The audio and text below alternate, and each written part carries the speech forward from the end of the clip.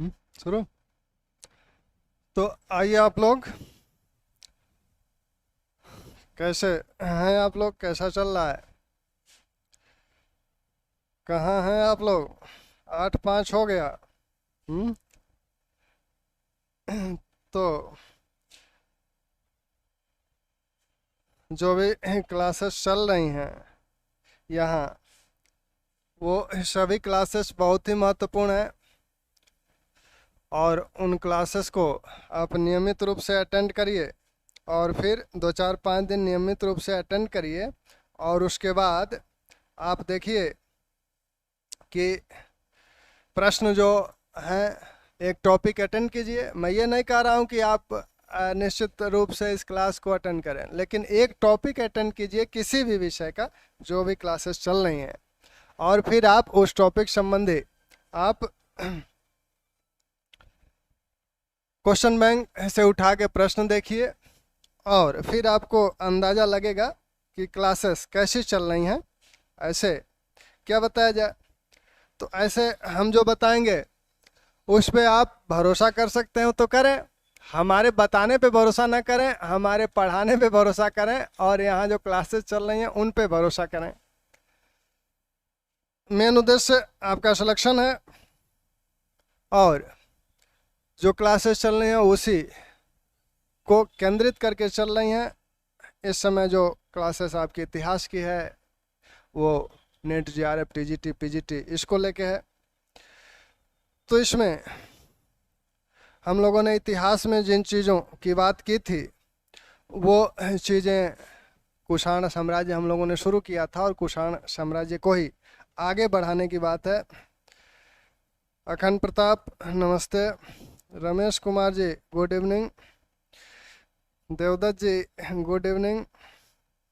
तो उस को हम लोग फिर आगे बढ़ाएं। कल कुछ बातें हुई थी कुषाण और पहलवों के संदर्भ में और कुषाणों के संदर्भ में, तो कुषाणों से ढेर सारे प्रश्न पूछे जाते हैं, इसलिए उन पर थोड़ा सा अधिक समय आपने। रोबिन जी नमस्ते।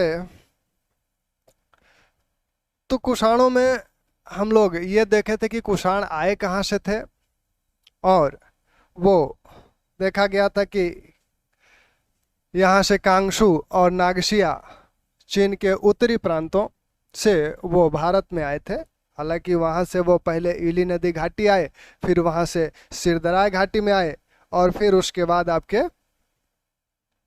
सिरदराय घाटी से फिर आए कहाँ, सिरदराय घाटी से बैक्टीरिया आए और बैक्टीरिया में रहते हुए उन लोगों ने सोगडियाना पर अधिकार किया। Good evening Amarinder Prabhakar ji, Amit good evening. तो उन्होंने क्या किया कि सोगडियाना पर भी अधिकार किया। सोगडियाना पर अधिकार करके उसको अपनी राजधानी इन लोगों ने बना ली, यानी बोखारा जो है, जिसे बोखारा बोला जाता है, उसे अपनी राजधानी बना ली। तो ये उज्बेकिस्तान का जो क्षेत्र है यहाँ पर इनका अधिकार हो गया। तो हम लोग जो बातें, ये बातें तो हो ही गई थी, कल लिखने वाली जो बात हुई थी वो यहाँ तक हुई थी कि हम लोगों ने सिरदराय घाटी तक बुला लिया था कुषाणों को। ये कुषाण जो हैं यूची के नाम से जाने जा रहे हैं और यही यूची जब ये आ जाते हैं सिरदराय घाटी के बाद, जब बैक्टीरिया में अस्थायी रूप से रहने लगते हैं, तो वहाँ पे ये 5 शाखाओं में बंट जाते हैं और उसी 5 शाखाओं में से एक शाखा जो कुई शुआंग शाखा है, उसी के एक राजा जो क्यू तस्यो क्यो यानी कुजुल अन्य 4 शाखाओं को पराजित करता है, उनके राजाओं को, और सबको एक साथ मिलाकर एक साम्राज्य का निर्माण करता है। तो पहला राजा जो कुषाण वंश का माना जाता है वो कुजुल कड़फिशस माना जाता है। तो हम लोगों ने जो बातें कर ली थी इनको कांगशु और निगसिया से चला दिया था। यहाँ से ये आ गए थे, आपके कहाँ आ गए थे, इली नदी घाटी में आ गए थे और यहीं इनसे मिला कौन था, वुनसु जात मिली थी, वुनसु जात मिली थी। इसको पराजित किया था इन लोगों ने और पराजित करने के पश्चात इनकी 2 शाखाएं हुई थी, एक तिब्बत में जाके बस गई थी और एक आपकी सिरदराय घाटी में आ गई थी। और सिरदराय घाटी में पहले से शक थे, तो शकों को ये पराजित किए, यहाँ शकों को भगाकर सिरदराय घाटी पर अधिकार किए। लेकिन ये जो वुनसु जाति है यह हूणों से, क्योंकि यहाँ से ये भागे थे, क्यों? क्योंकि हूणों ने इनका पीछा किया था, हूणों ने इन पे आक्रमण किया था। तो वुनसिन जाति ने हूणों से सहायता प्राप्त करके यहाँ भी इन पे आक्रमण किया, तो यहाँ से ये बैक्टीरिया में आकर बस गए। ताहिया, इसी का एक नाम ताहिया भी है, तो ताहिया या बैक्टीरिया में आकर बस गए। ये उत्तरी अफगानिस्तान वाला क्षेत्र है, तो यहाँ पर आकर ये बस गए। यहाँ से ताहिया बैक्टीरिया में रहते हुए ही इन लोगों ने उज्बेकिस्तान के जो है बोखारा या इसी को शोगडियाना बोला जाता है, इस पर अधिकार कर लिया। और इसी को इन लोगों ने क्या किया, अपनी राजधानी बना लिया। तो ये इनकी राजधानी है। तो बोखारा या शोगडियाना इनकी राजधानी बन गई। यहीं से ये क्या करते हैं, भारत में प्रवेश करते हैं। अब यहाँ ये 5 शाखाओं में बटे हैं। 5 शाखाएं जो हैं इनकी, जिसमें सबसे महत्वपूर्ण और प्रमुख शाखा 100 वर्ष बाद जो हुई वो है कुई शुआंग। तो इस कुई शुआंग शाखा ने अन्य जो 4 शाखाएं हैं, ह्यूतिन, हिनसियांग, तो इस तरह की ये जो अन्य 4 शाखाएं हैं, इन शाखाओं को एक में मिलाने का कार्य इसी कुई शुआंग के शासक क्यू तस्यो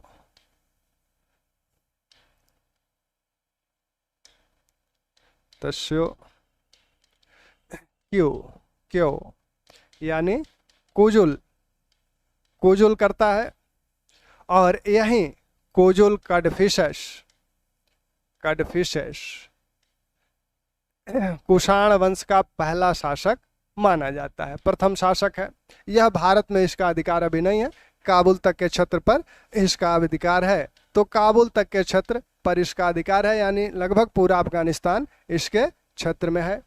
इसके बाद इसका जो उत्तराधिकारी बना माना जाता है कि 65 ईस्वी तक इसने शासन किया।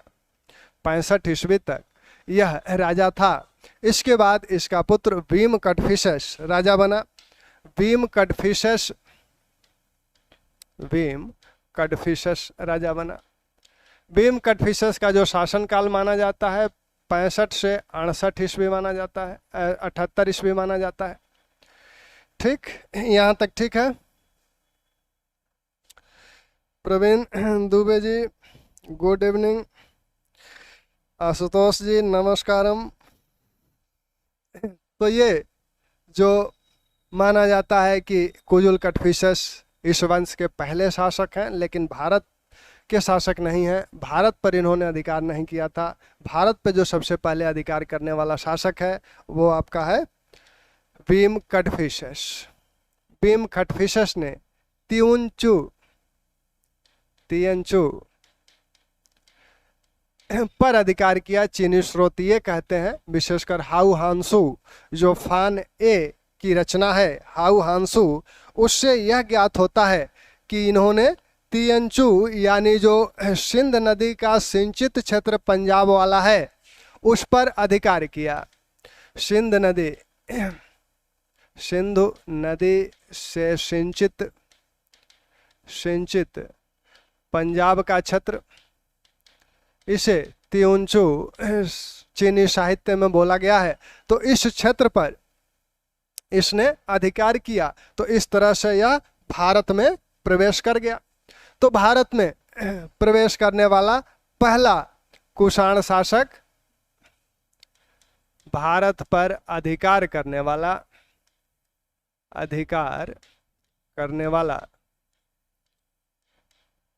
यह क्या है, पहला कुषाण शासक है। ठीक, पहला कुषाण शासक है।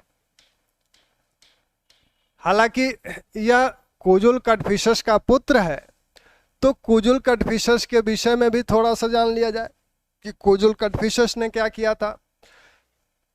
आपने देखा था कुजुल कडफिसेस को याद करिए, जब शकों की बात हम लोग कर रहे थे यवनों की बात कर रहे थे, तो वहां पे कुजुल कटफिशस आए थे। कुजुल कटफिशस ने इस क्षेत्र पर जो अधिकार किया था, काबुल वाले क्षेत्र पर, यह पहलवों को पराजित करके इस क्षेत्र पर अधिकार किया था। और हम लोगों ने क्या देखा था कि जो एजेस द्वितीय हैं उनको पराजित करके फ्रायोटिज ने इस क्षेत्र पर अधिकार किया था, और उसके बाद उस पर गंडोफर्निज जो पहला शासक था उसने अधिकार कर लिया था। बाद में इस क्षेत्र पर कुजुल कटफिशस भी आया, और कुजुल कटफिशस एक अधीनस्थ शासक के रूप में, अधीनस्थ शासक के रूप में शासन कर रहा है। जो शक शासक हैं उनके अधीनस्थ शासक के रूप में, और माना जाता है कि इस पर फिर पहलवों का अधिकार हो गया, और पहलवों को पराजित करके इसने पहलवों को पराजित करके काबुल क्षेत्र पर अधिकार किया, काबुल क्षेत्र पर अधिकार किया। इसके दो प्रकार के सिक्के मिलते हैं, एक सिक्का जो अधीनस्थ स्थिति का द्योतक है, और दूसरा सिक्का जो स्वतंत्र स्थिति का द्योतक है। तो दो सिक्के इसके मिलते हैं, और उसी से यह स्पष्ट होता है कि यह कुछ समय तक अधीनस्थ शासक रहा था। भीम कटफिशस के संदर्भ में जो जानकारियां प्राप्त होती हैं, एक तो पंजाब क्षेत्र तक इनका अधिकार हो गया, यानी पूरा अफगानिस्तान और पंजाब क्षेत्र इनके अधिकार क्षेत्र में है। इनके द्वारा जो सिक्के जारी किए गए हैं, इन सिक्कों से जो सूचनाएं मिलती हैं वो सूचनाएं ये मिलती हैं कि ये शैव उपासक हैं, शैव धर्म के उपासक हैं, क्योंकि इनके सिक्कों पर जो उपाधियां मिलती हैं, सब लोगेश्वर महेश्वर महारजस महारजस महाधिरजस सब लोगेश्वर महेश्वर भीम कटफिशस तत्रस। तो इनकी जो उपाधियां हैं वो ये हैं महारजस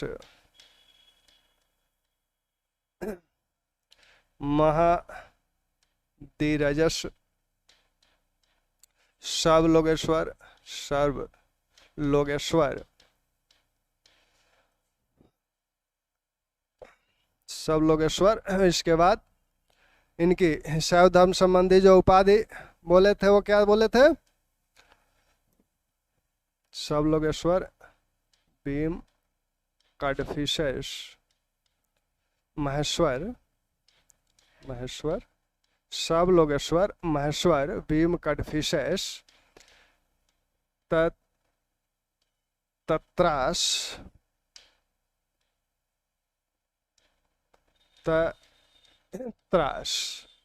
यानी यह जो महेश्वर उपाधि है, यह शैव जो अनुयायी होते हैं वो धारण करते हैं, शिव से संबंधित है। सब लोकेश्वर का मतलब है सब लोकेश्वर, और यहाँ महाराज महाधिराज भीम कटफिशस त्राता यानी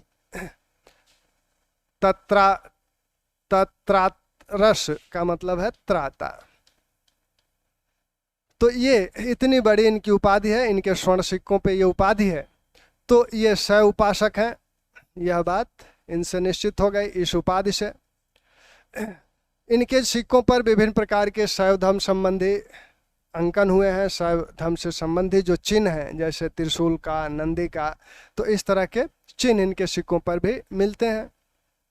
भीम कटफिशस, चूंकि कुजुल कटफिशस बहुत समय तक शासन किया, वृद्धावस्था तक, माना जाता है कि 80 वर्ष की अवस्था तक यह शासक रहा, तो इन्हें कम समय मिला भीम कटफिशस को शासन करने का, इसीलिए 65 से 78 ईस्वी तक ही इनका शासन है।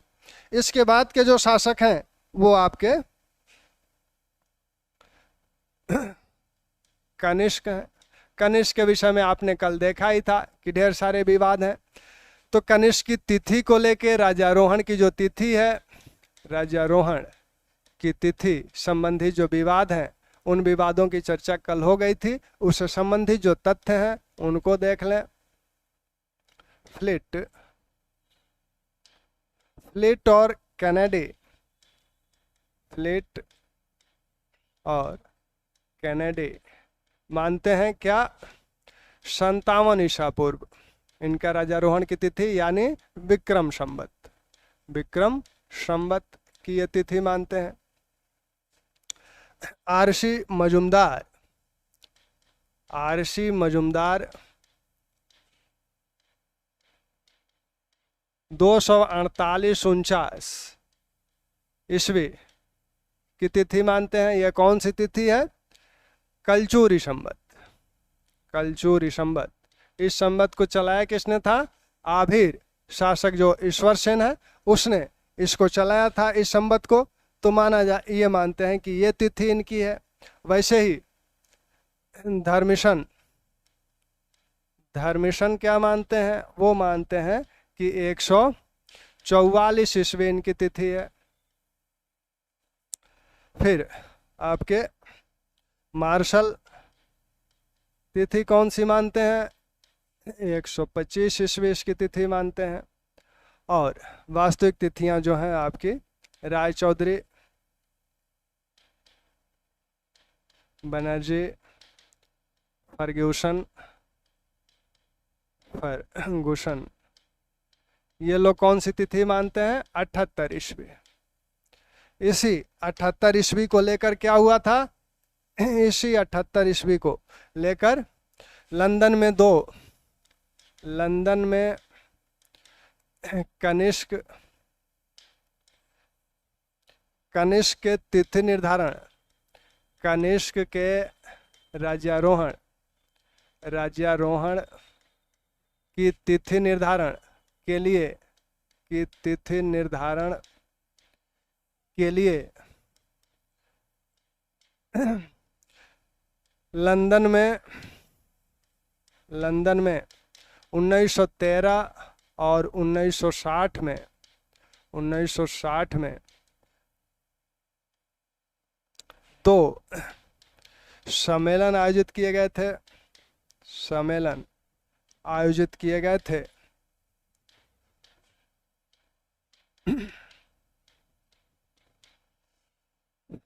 इसी सम्मेलन में यह तय हुआ कि 78 ईस्वी कनिष्क के राजारोहण की तिथि है। 78 ईस्वी कनिष्क के राजारोहण की तिथि है। यह कब तय हुआ? यह 1960 वाले अधिवेशन में तय हुआ। 2 अधिवेशन आपके हुए थे। एक अधिवेशन आपका दोनों अधिवेशन, एक अधिवेशन 1913 में हुआ था, एक अधिवेशन 1960 में हुआ था। और यह तिथि तय की गई कि आपकी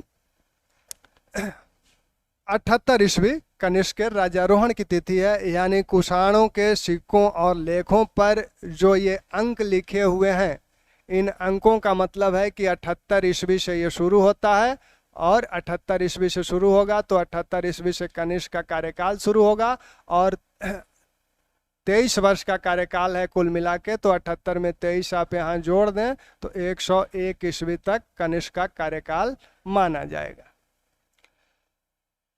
तो अब कोई विवाद नहीं रहा।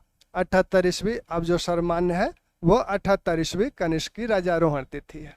अब कनिष्क का जो साम्राज्य विस्तार है, कनिष्क का शासन कहाँ कहाँ था, साम्राज्य विस्तार, इस साम्राज्य विस्तार को देखें तो इनका शासन अफगानिस्तान में है। अफगानिस्तान वाले क्षेत्र में यहाँ से बर्दाक से होबिश का लेख मिला है,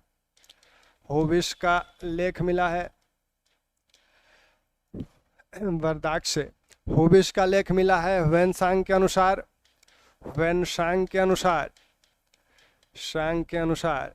कपिशा पर कनिष्क का अधिकार था।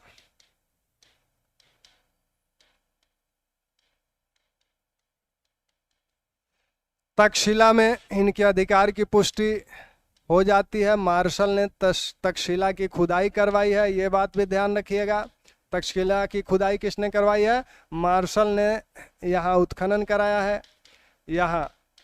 कराया और मार्शल ने क्या देखा कि जो स्तर हैं उत्खनन में, आप देखते हैं कि उत्खनन में होता क्या है कि जो कोई टीला है तो टीले में ये एक टीला है, इसके ऊपर एक टीला है, तो यहाँ अगर दो स्तर हैं तो उन्होंने देखा कि नीचे वाले टीले पर कुजुल और यहाँ कुजुल कटफिशर संबंधी साक्ष्य मिले, यहाँ भीम कटफिशर संबंधी साक्ष्य मिले, यहाँ कनिष्क से संबंधित साक्ष्य मिले।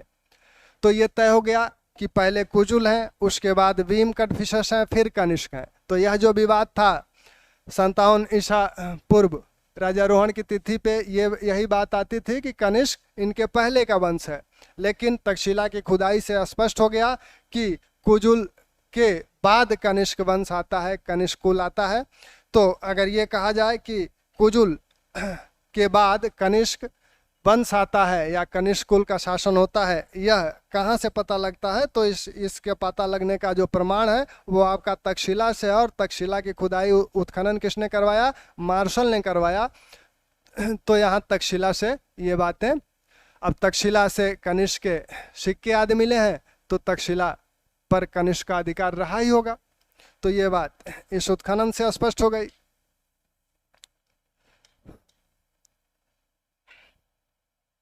इधर निचली सिंध घाटी में इसके अधिकार से संबंधित जो प्रमाण है, निचली सिंधु घाटी, यहाँ से सुई विहार अभिलेख मिला है। यह अभिलेख कनिष्क के चौथे वर्ष का है, 11वें राजारोहण के 11वें वर्ष का है यह अभिलेख, और यहाँ से 11वें वर्ष का यह अभिलेख है जो कि निचली सिंध घाटी से मिला है। तो इससे स्पष्ट हो जाता है कि निचली सिंध घाटी पर कनिष्क का अधिकार था। ऐसे ही बैग्राम जो लेख है या मणिक्याल जो अभिलेख है, इससे कनिष्क के पंजाब पर अधिकार सूचित होता है। वहाँ अगर अभिलेख इसने जारी किया है तो ये पंजाब का क्षेत्र है, तो पंजाब पर उसका अधिकार रहा होगा। यह मणिकाल अभिलेख जो है 18वें राजारोहण के 18वें वर्ष जारी किया गया था। ये वर्ष ध्यान रखिएगा क्योंकि ये वर्ष पूछे जाते हैं कनिष्क के संदर्भ में। इधर जब आप मध्य भारत में आए तो मध्य भारत में इनके अभिलेख सारनाथ से मिलते हैं, सारनाथ से, सांची से, मथुरा से, कौशाम्बी से। सारनाथ, सांची, मथुरा, कौशाम्बी से इनके लेख मिलते हैं। यह जो सारनाथ लेख है यह कनिष्क के किस वर्ष का? राजारोहण के 3रे वर्ष का लेख है। यह जो सांची अभिलेख है यह राजारोहण के 22वें वर्ष का है, और यह अंतिम अभिलेख है कनिष्क के 23वें वर्ष का। राजारोहण के 23वें वर्ष में उसने इस अभिलेख को जारी किया था। अर्थ प्रकाश नमस्ते, खुश रहो, क्या हाल है? निशा जी गुड इवनिंग, प्रवीण जी गुड इवनिंग, अनुपमा जी गुड इवनिंग। बातें समझ में आ रही हैं? कोई दिक्कत हो तो पूछें, कोई समस्या अभी कुछ क्लियर ना हो तो उसको पूछें। तो यहाँ हम लोगों ने क्या कहा कि यह जो अभिलेख हैं ये आपके सभी स्थान मध्य प्रदेश और उत्तर प्रदेश के हैं, यानी यहाँ से अभिलेख जारी किए गए हैं तो यहाँ भी कनिष्क का अधिकार रहा होगा। तो ये आपके कनिष्क के अधिकार की सूचना भी देते हैं। इन अभिलेखों से अन्य सूचनाएं भी जो मिलती हैं वो तो मिलती ही हैं। सारनाथ अभिलेख से खरप्लान और बनस्वर नामक उसके महाक्षत्रप और क्षत्रपों की बात होती है। सुई बिहार से लई और लाइक जैसे क्षत्रपों की बात होती है तो उसकी प्रशासन में बात की जाएगी। अब यहाँ से आरपी श्रीवास्तव आदि ने बनारस विश्वविद्यालय के नेतृत्व में जो उत्खनन हुआ है बलिया के खैराडीह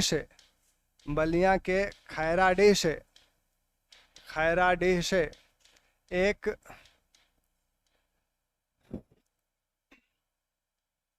संपन्न कुषाण बस्ती मिली है। कुषाण बस्ती का साक्ष्य मिला है।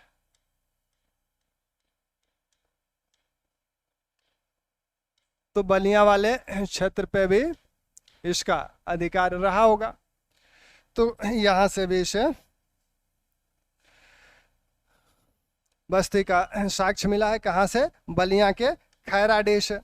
तो इस बस्ती को भी ध्यान रखिएगा, बलिया के खैराडीह से किसके साक्ष्य मिलते हैं? तो वो कुषाण कालीन बस्ती का साक्ष्य है, यानी इस क्षेत्र पर भी इसके अधिकार की पुष्टि यहाँ होती है। फिर इसके पूरब चलें, खैराडीह से पूरब, तो खैराडीह से पूरब जब चलें तो बोध गया से होबिस्क का एक, होबिस्क जो इनके उत्तराधिकारी हैं, मृत मूर्ति फलक मिलता है, यानी मिट्टी की बनी हुई मूर्ति मिलती है, उस पर होबिस्क का लेख अंकित है। तो बोध गया से होबिस्क का मृण मूर्ति फलक मिला है। तो इस क्षेत्र पर, बोध गया क्षेत्र पर इसके अधिकार की पुष्टि हो जाती है। पाटलिपुत्र से सिक्के भी मिले हैं, पाटलिपुत्र से जो कुम्हरार से अनेक सिक्के मिले हैं, तो पाटलिपुत्र से सिक्के भी मिले हैं। हालांकि सिक्का इसका बंगाल और उड़ीसा से भी मिलता है। ये जो सिक्के मिले हैं कनिष्क के, ये सिक्के बंगाल से भी मिला है, उड़ीसा से भी मिला है, लेकिन इन क्षेत्रों पर सिक्कों के आधार पर यह नहीं कहा जा सकता कि कनिष्क का अधिकार बंगाल और उड़ीसा पे था। कनिष्क का अधिकार बंगाल और उड़ीसा पे नहीं था, वो व्यापार के सिलसिले में ये सिक्के यहाँ गए होंगे। तो पाटलिपुत्र पर उसने आक्रमण किया था, इस बात का प्रमाण धर्मपीटक निदान सूत्र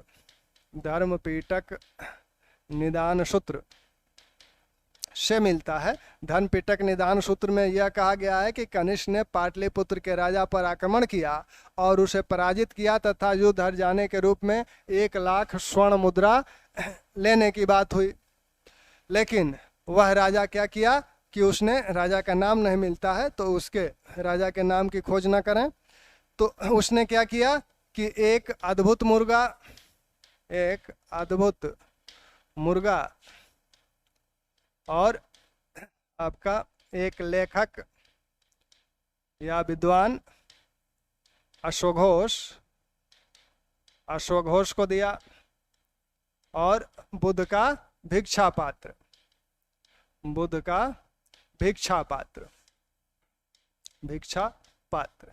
ये 3 चीजें कनिष्क ने पाटलिपुत्र से प्राप्त किया। इसी से संतुष्ट हो गया, फिर उसको पाटलिपुत्र को छोड़ दिया, यानी पाटलिपुत्र पर इसका अधिकार नहीं है।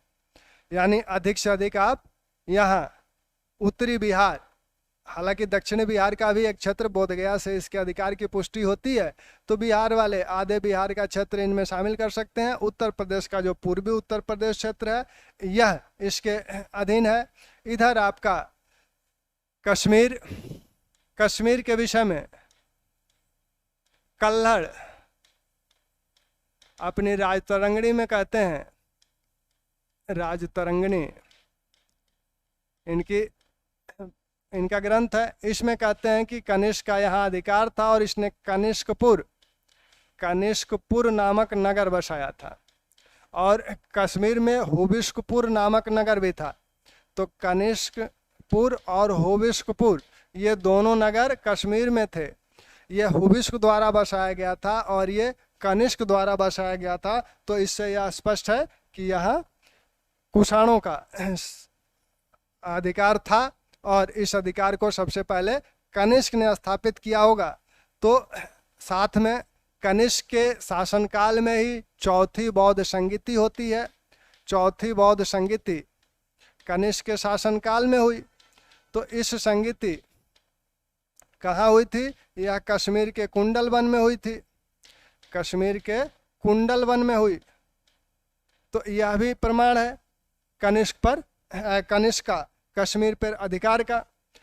तो इन साक्ष्यों से इसकी जो साम्राज्य सीमा निर्धारित होती है ये होती है। अभी एक सीमा बाकी है, वो है चीन के साथ। तो चीन के साथ इनकी जो सीमा है, चीन के साथ युद्ध के विषय में चीनी स्रोत जो बताते हैं वो बताते हैं कि यहाँ हान वंश का शासन था और होती नामक यहाँ शासक था। और उसका जो पांचुआ या पांचाऊ यह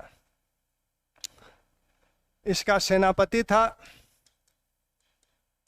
कश्मीर कनिष्क 70,000 की घुड़सवार सेना लेकर चीन के तुर्किस्तान वाला यानी उत्तर पश्चिम क्षेत्र वाला जो प्रांत है उस पर आक्रमण किया और इस सेनापति ने उसे पराजित किया। आक्रमण ये चीनी स्रोतों से ये बात स्पष्ट है, उसमें कहा गया है कि आक्रमण क्यों किया, क्योंकि इस सेनापति से कनिष्क ने कहा कि हम हान वंश की राजकुमारी से विवाह करना चाहते हैं। सेनापति के मना करने पर कनिष्क ने इस पर आक्रमण किया और कनिष्क पराजित हुआ। यहाँ तक वो कहते हैं। आगे की बात वेनसांग कहते हैं। वेनसांग कहते हैं कि सुंगलिन जो पर्वत है, इस पर्वत को पार कर कुछ क्षेत्रों पर कनिष्क ने अधिकार किया था। तो ये सुंगलिन जो पर्वत है, इस पर्वत के पूरब की तरफ भी इसने कुछ क्षेत्रों पर अधिकार किया था। वो क्षेत्र कौन है? Kashgar, Yarkand, Khotan. Kashgar, Yarkand, Khotan यानी जो ये चीनी तुर्किस्तान वाला क्षेत्र है, इस चीनी तुर्किस्तान वाले क्षेत्र पर भी कनिष्क का अधिकार था। खोतान से एक पांडुलिपि मिली है प्रोफेसर वेली को, और इसमें उन्होंने ये बताया है कि इस पर चंद्र कनिष्क का उल्लेख है और इसे वाहलिक का शासक बताया गया है। वाहलिक यानी बैक्टीरिया का शासक बताया गया है। वाहलिक से मतलब है बैक्टीरिया का शासक, तो बैक्टीरिया का शासक है ही। बैक्टीरिया आप देख ही रहे हैं, कुषाण यहीं से आए, मतलब यहाँ स्थिर हो गए थे। तो यहाँ वाहलिक का शासक है चंद्र कनिष्क। यहाँ से जो पांडुलिपि मिली है उसमें यह नाम पढ़ा गया है। इस चंद्र कनिष्क की पहचान आपका इसी कनिष्क से की जाती है या कनिष्क प्रथम से की जाती है। तो अगर ये कहा जाए कि यह चंद्र कनिष्क कौन है, तो चंद्र कनिष्क आपका कुषाण वंश का कनिष्क प्रथम है। यह कहाँ से मिली है पांडुलिपि? खोतान से मिली है। तो इस क्षेत्र पर कनिष्क का अधिकार प्रमाणित हो जाता है। ठीक, यहाँ तक ठीक।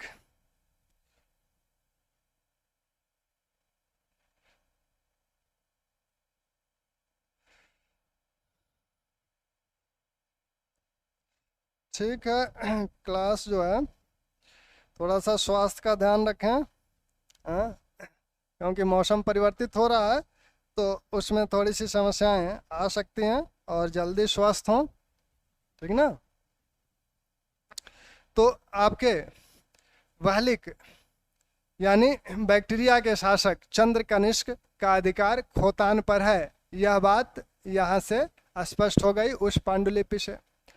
यानी चीनी तुर्किस्तान वाला जो क्षेत्र है, इस पर भी कनिष्क का अधिकार है। तो इस और इधर आप देख ही रहे हैं, इधर कहाँ तक है? बोखारा तक। बोखारा यानी सोगडियाना तक पूरा अफगानिस्तान इनके अधिकार क्षेत्र में है, और उज्बेकिस्तान में आपका बोखारा है, वहाँ तक इनका अधिकार क्षेत्र है। समरकंद ये भी उज्बेकिस्तान में ही है। तो बोखारा, समरकंद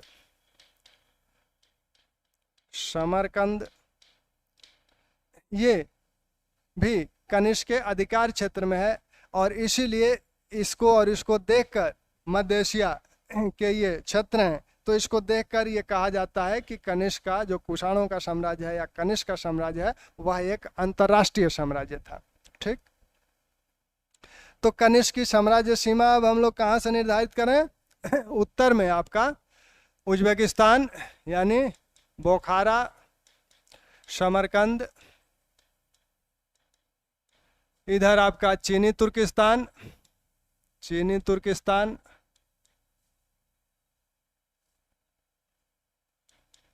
कश्मीर, इन क्षेत्रों पर पूरा अफगानिस्तान है ही।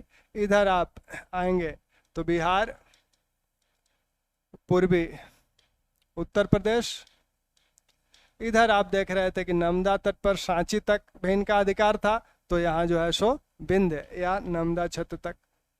विंध्य क्षेत्र तक। ये इनकी साम्राज्य सीमा है। पंजाब और सिंध वाला क्षेत्र इनके अधीन है। तो सिंध से ऊपर सिंध सबसे इनका पश्चिमी क्षेत्र, और पूर्वी क्षेत्र में पूर्वी उत्तर प्रदेश तक जा सकते हैं। इधर आपका बोखारा, समरकंद, चीनी तुर्किस्तान, इधर विंध्य क्षेत्र, इतना आपका इनका क्षेत्र है। अब कनिष्क के विषय में अन्य जो जानकारियां मिलती हैं, कनिष्क के अनेकों सिक्के मिलते हैं। इनके अभिलेखों की संख्या 12 अभिलेख इनके हैं। कुछ अभिलेखों को हम लोगों ने देखा, इन अभिलेखों को किस वर्ष जारी किया गया था, राजारोहण के किस वर्ष जारी किया गया था, वो आपने देख लिया। सारनाथ अभिलेख बार बार पूछा जाता है, जो कि तीसरे वर्ष जारी किया गया था।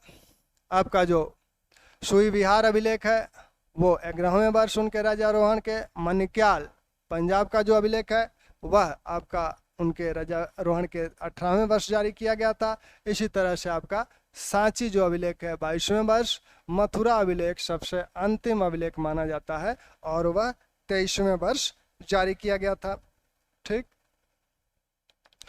यहाँ तक ठीक है।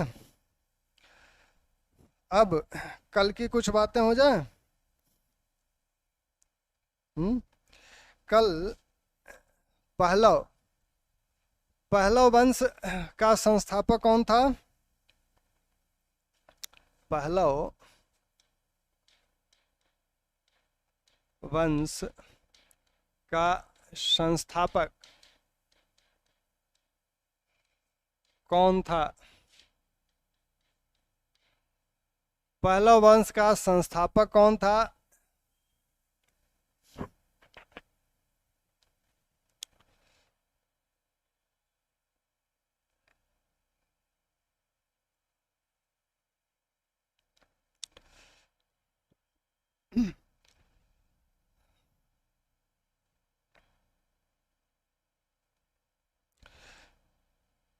तो बातें समझ में आ रही हैं?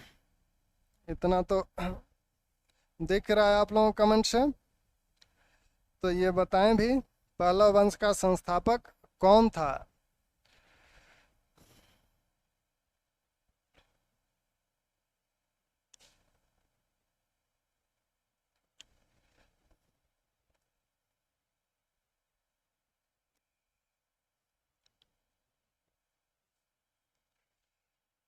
पहलव वंश के संस्थापक आप लोग बताएं। विकल्प देना पड़ेगा, कैसे बताएंगे? नहीं याद आ रहा है। मित्रदात प्रथम कोई था? मित्रदात प्रथम पहलव वंश का संस्थापक था, और भारत पर अधिकार करने वाला जो पहलव शासक, प्रमुख पहलव शासक है वो आपके गंडोफ्रनिज है। तो इनका विशेषकर गंडोफ्रनिज के विषय में तो ध्यान ही रखें। गंडोफ्रनिज यहाँ जो आपका मित्रदात प्रथम है, और इनके उत्तराधिकारी जो कि पहलव वंश के सबसे शक्तिशाली शासक माने जाते हैं, वो आपके गंडोफ्रनिज हैं। तो कनिष्क तक की बातें हम लोग पूरी कर लिए। कनिष्क के विषय में जो याद रखने वाली चीज़ें हैं वो आपकी कौन कौन सी चीज़ें हैं? अभी तक हम लोगों ने Vima Kadphises, Kujula Kadphises, Vima Kadphises किया है। और कुजुल कट फिशर्स भारत पर अधिकार नहीं था उसका, अधिक से अधिक काबुल तक के क्षेत्र पर, तक्षशिला तक के क्षेत्र पर उसका अधिकार माना जाता है या माना जा सकता है। उसने जो सिक्के जारी किए थे, हालांकि सिक्कों की बात हम लोग अलग से करेंगे, बाद में करेंगे, लेकिन यहाँ जो हम लोग देखते हैं कि कुजुल कट फिशर्स ने क्या किया। कुजुल कट फिशर्स ने पहली बार कुषाण वंश का यही एक तरह से संस्थापक माना जाता है। हालांकि बीम कट फिशर्स को कुषाण वंश का वास्तविक संस्थापक माना जाता है। तो यह जो कुजुल कट फिशर्स है, पहला शासक है किसका? पहला शासक है कुषाण वंश का, कुजुल कट फिशर्स। कुजुल कट फिशर्स पहला शासक है। वास्तविक संस्थापक वास्तविक संस्थापक इसका जो माना जाता है वह आपका भीम कटफिशस माना जाता है, और इसी ने भारत पर अधिकार किया। भारत पर अधिकार करने वाला भी पहला शासक है। इन लोगों के अनेक उपाधियां हैं, इनके अनेक, कुजुल कटफिशस की भी कई उपाधियां मिलेंगी आपकी, जैसे ययुग उपाधि इनकी एक उपाधि मिलेगी, वैसे ही इनकी भी उपाधियां आपको मिलेंगी। जो इनके नाम हैं, सिक्कों पे इनकी उपाधियां मिलती हैं, और सिक्के जो हैं इनके आपके खरोष्टी लिपि में भी हैं और यूनानी दो लिपियों में सिक्के हैं। यह 2 लिपियों वाले सिक्के आपके भीम कटफिशस तक चलेंगे। तो यहाँ इनकी उपाधियां आपने देखा, सब लोगेश्वर इनकी उपाधि है, महाराज इसकी इनकी उपाधि है, महाधीरजस इनकी उपाधि है। तो ये सारी इनकी उपाधियां ही हैं। भीम इनके नाम का ही अंश है। यहाँ ययुग इनकी उपाधि एक कुजुल कटफिशस के सिक्कों पे मिलती है। भीम कटफिशस का जो साम्राज्य है वह आपका तिउंचू यानी पंजाब क्षेत्र तक भीम कटफिशस का साम्राज्य है। कहाँ गए अन्य लोग? पढ़ने का मन नहीं कर रहा है आज? हमारा भी आज पढ़ाने का बहुत मन नहीं कर रहा है। तो चलिए इसी पे रोक देते हैं कनिष्क तक, फिर आगे जो है। ठीक, धन्यवाद।